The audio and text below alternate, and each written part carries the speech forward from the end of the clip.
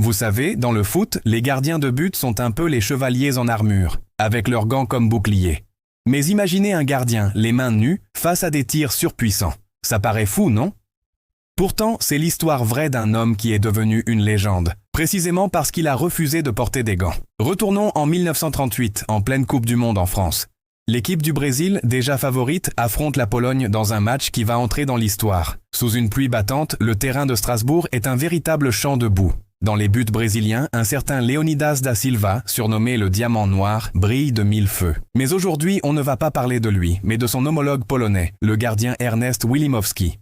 Ce jour-là, Wilimowski est dans un état de grâce. Il arrête tout, ou presque. Mais à un moment, un détail choque tout le stade. Il a enlevé ses gants.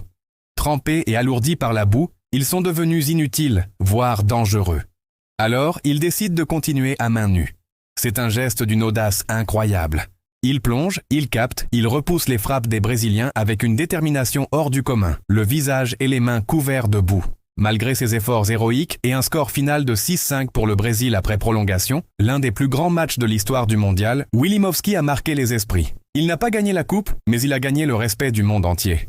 Son image, celle du gardien combattant à main nue sous le déluge, est devenue un symbole de courage et de passion pure pour le jeu. Cette histoire nous rappelle que parfois, les plus grands héros ne sont pas ceux qui soulèvent le trophée, mais ceux qui nous montrent ce que signifie vraiment se battre jusqu'au bout, avec ou sans gants. C'est ça, la magie du football.